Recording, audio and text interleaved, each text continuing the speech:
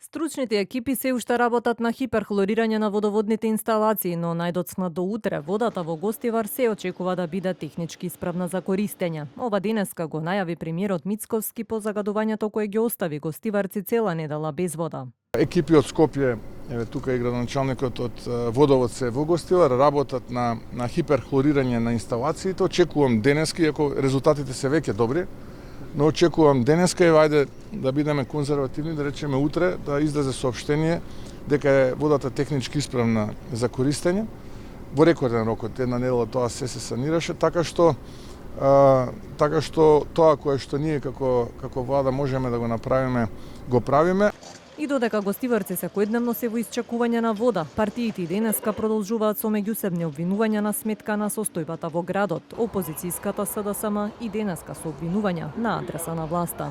Колку време му требаше на Клековски да признае дека задоцнија со реакција, дека потврлија во тоа што е основна обврска на секоја влада да се грижи и да ги штитат граѓаните.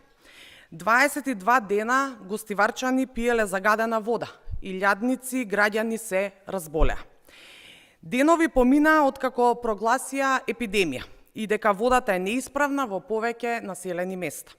Мицковски пак им порача на социјалдемократите да не шират паника меѓу граѓаните, вели дека владата ги завршила и обврските на градоначалникот и локалната власт. Во Гостивар е прогласена кризна состојба откако беше утврдено дека водата е загадена со фекални бактерии, а речиси 4000 граѓани завршија во болница со стомачни тегоби, пошто беше прогласена и епидемија.